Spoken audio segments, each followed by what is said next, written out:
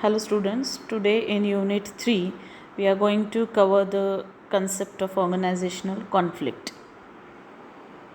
So in organization people work in groups, and whenever more than one person, more than two people, when people come together, there is possibility of conflict taking place. That means conflict is an inevitable part of our life.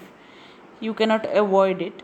And in as far as OB is concerned, you should understand, that means the management must know what's the reason of conflict, why it arises, and how to resolve it, how to find a way out of it.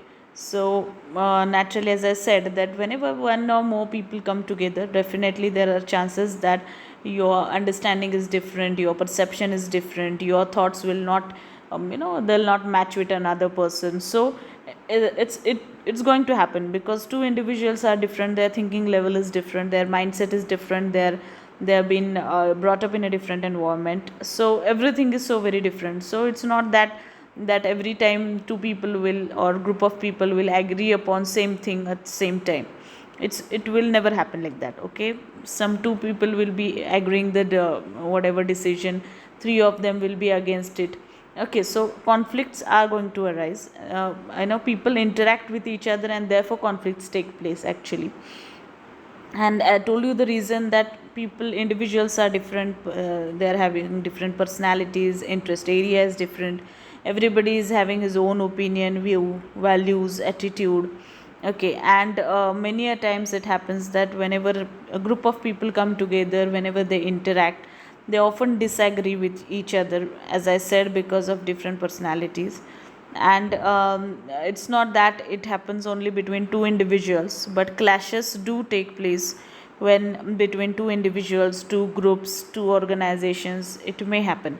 Okay, so this so it is so very important to understand the concept of conflict, how and why conflicts take place, and why should we take care of them or look at them, and why should also we should know how to resolve the conflicts for the satisfaction of all the concerned people.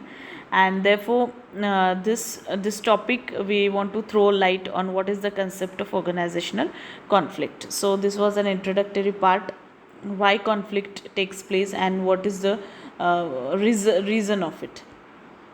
Okay, now we are going to see what are the characteristics of conflict. As I said, conflict is a process when one party is, disagrees with the other party's opinion, or it is negatively affected. Okay, so that is called as conflict, or you can call it as clashes between two people. When don't two people don't agree upon the same thing, agree upon the same thing, they disagree on the certain thing, that is called as conflict. Okay, so of course the first point is conflict takes place at various levels. That means it may be a top level, middle level, or lower level. At any level conflicts can take place. It is not hard and fast that only at the lower level only things happen. At all the levels they do happen. Then second part is disagreement between people.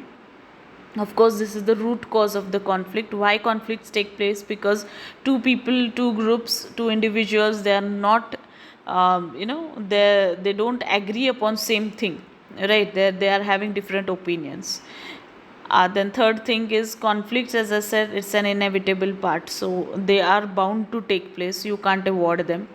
They do have positive and negative effects, and conflicts need to be stimulated to get positive results and resolved to avoid negative effects. So if conflicts give you positive results, they definitely they should be stimulated for that. But if you are getting negative results, then definitely you need to resolve your conflicts as soon as possible, because negative effect will definitely have a negative impact on the performance of the employees, right? So conflicts are good, also they provide positive results, also they give negative results, so it depends. Now we are going to see which are the types and levels of conflict. So the first one is intrapersonal conflict. Now intrapersonal conflict means this is the conflict which takes place within oneself. That means it happens, one individual is fighting with his own mind, that is the conflict. So we are having two minds. Sometimes we want to go somewhere, sometimes the other mind says don't go. this conflict arises in your mind. So it is within the individual, it is not with other individual, it is your mind's conflict within a person. Okay, so it represents your anxiety, anger, disagreement between two minds, right? As I said, so many a times we are double mind, to do or not to do. I like this, I don't like this. Always, you have a certain kind of confusion going on in an individual's mind. So that is intrapersonal conflict, and because of this conflict, a certain kind of stress is being created. And generally when a person gets frustrated, why does a person gets frustrated? Because when your goal, whatever goal you have set for your life, when you are unable to achieve that goal, then you get frustrated, right? So that is one of the reason, or this is one of the form through which you can, when you find a person very frustrated, what do we say? We say that this fellow is having some problem, isn't it? Something is going on in his mind, and therefore his frustration, it gets reflected in his action, in his words, the way he is behaving with other people, isn't it? So that is interpersonal conflict. Something is going on inside the mind of that person. Okay. Then next is interpersonal conflict. This is the conflict between two people who interact with one another. It is a conflict between two personalities, and the reason behind it is that, of course, two people are different, two individuals are different, they are having different personalities, they come from different backgrounds, their perceptions are different, they have poor communication between them. Each person has his own self esteem, and he wants it to be protected. So out of these things, when two people interact, there are the chances that they may disagree upon the things, right? So these conflicts, resolution of conflict is necessary. So that is interpersonal conflict. Then we are having intra-group conflict. Now the name itself tells you, intra-group conflict means it is a conflict within the group itself. That means two or more people may conflict with one another who belongs to same group. Okay, it may be a conflict between one person and the other group members, or all other persons in that group, or two people are aside. Suppose in your group you are having 5 people. Okay, 3 people are on one side and 2 people are on the other side. Okay, so that is called as intra-group conflict. So a member in a group may produce too much he may having a different opinion, he may quarrel with other people. So this may happen. That is called as intra-group conflict, where the conflict takes place within the group itself among its own members. Okay, then we are having intergroup conflict. Now intergroup here, it means it is a conflict between two departments. Each department may try to improve his own image, and two departments are trying to they are having a conflict between each other, right? So every department compete among themselves with other department to get more, to be on the top, or to have good performance, or to have a good share of scarce resources. So one or the other reasons, because of that conflict may take place. That is intergroup conflict.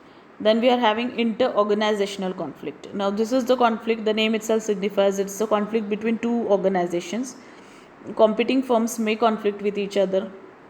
Brand wars, we have heard about it, they take place between two companies. So there may be trade disputes, it arises. So these things are quite natural in the market also. Two organizations, definitely two competitors, of course they do have conflict with each other. So these are the types and levels of conflict. Now we are going to see which are the sources of conflict. So the first one, source of intrapersonal conflict. Now this intrapersonal conflict, why does it take place? That means intrapersonal, here it is a conflict between two people. Now why this type of conflict take place, and why interpersonal conflict also do takes place, that we are going to see. Before that, we'll see intrapersonal conflict.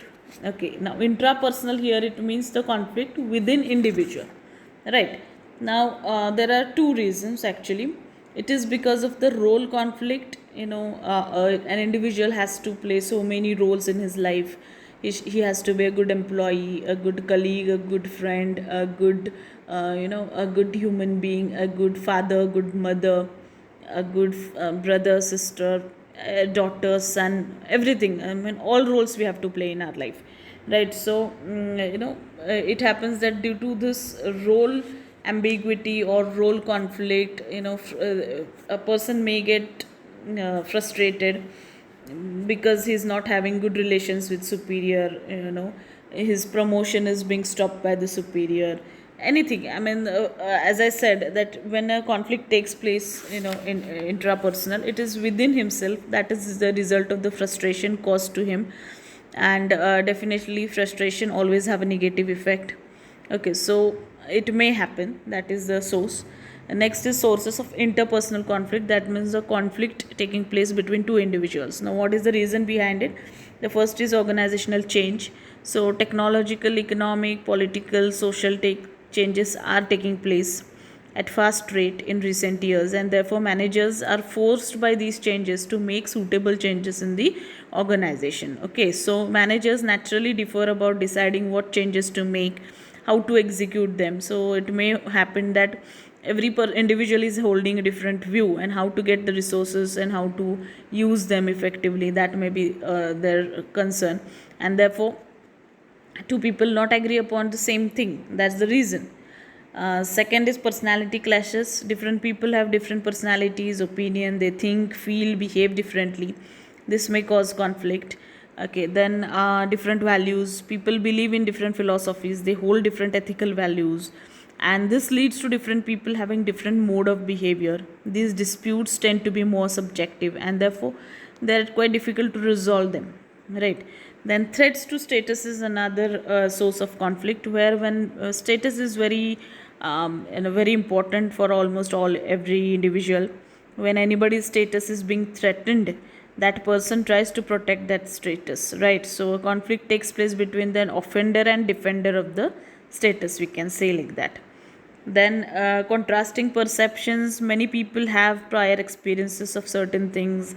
They perceive things on the basis of their own experience, the way they have been brought up. We have learned perception as a separate content of OB, right? So but when prior experiences are different, perceptions are different about the same thing may be different, everybody feels that his perception is real, but sometimes it happens that the front person is having a different perception. So here there are chances that conflict may take place. Next is faulty communication. Of course, generally conflict take place when there are barriers to communication. Maybe there is some incorrect words are used whenever you're communicating, sentences, phrases. It creates misunderstanding in the minds of front person, and that may lead to conflict.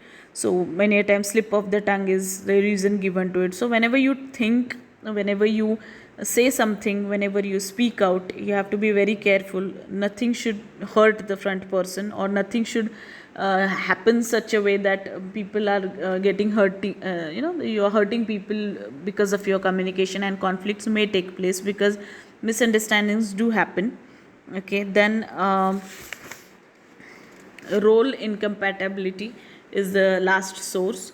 So in modern organization, many managers have to perform the functions that are interdependent. I mean, but individual roles may be incompatible. So the role of production manager may not be compatible with the role of sales manager. So this incompatibility, would definitely create conflict, and this is one of the source of conflict, we can say.